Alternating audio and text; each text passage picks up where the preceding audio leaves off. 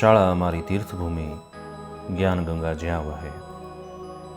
Shri Sardar education system Rajkot સંચાલિત Shri Vivekananda school Babra. આમ તો શાળાનું શૈક્ષણિક કાર્ય સવારે 7:10 થાય છે. વિદ્યાર્થીઓના આગમનથી જ થાય છે.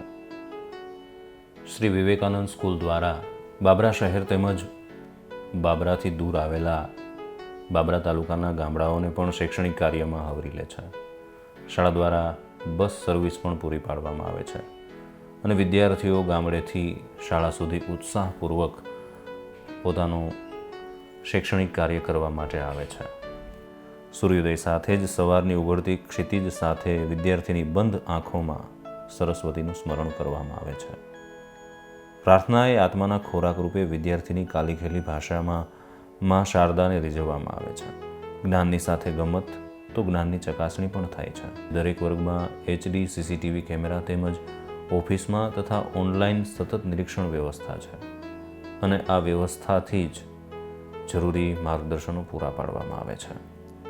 હાલ સમયમાં વિદ્યાર્થીની દરેક પ્રકારે દેખરેખ રાખવી એ ખૂબ જરૂરી છે. જેથી જ તો ઓરેટર મોબાઈલ એપ્લિકેશન દ્વારા વિદ્યાર્થીની તમામ શૈક્ષણિક પ્રવૃત્તિની માહિતી વાલીશ્રીઓને પૂરી પાડવામાં આવે છે. દૈનિક હાજર ગેરહાજર વિદ્યાર્થીઓના આંકડા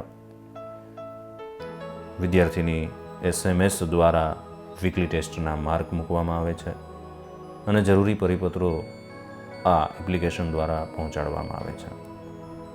જરૂર જણાયે રૂબરૂ વાલી સંપર્ક તેમજ વિદ્યાર્થીએ આપેલી વીકલી ટેસ્ટના પેપર પણ બતાવવામાં આવે છે.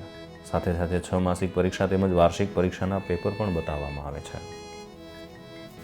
વિદ્યાર્થીના વિકાસમાં વાલીની ખૂબ મોટી જવાબદારી હોય છે.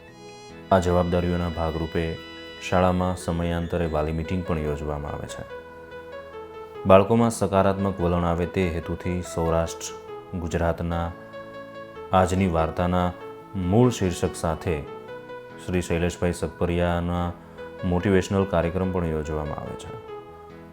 શૈક્ષણિક કાર્ય સાથે સાથે વિદ્યાર્થીઓમાં રાષ્ટ્રપ્રેમ તથા ધાર્મિક તહેવારો પ્રત્યે રુચિ જાગે એ માટે વિવિધ સહ-અભ્યાસિક પ્રવૃત્તિઓ પણ કરવામાં આવે છે.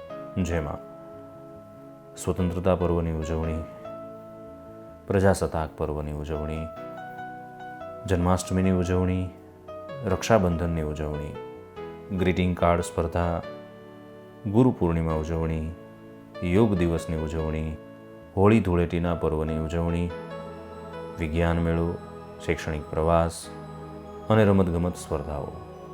શાળાના શૈક્ષણિક કાર્યક્રમની વાત કરીએ તો ગત વર્ષ ધોરણ 10 અને 12માં તાલુકા પ્રથમનું સ્થાન શાળાએ મેળવેલ છે.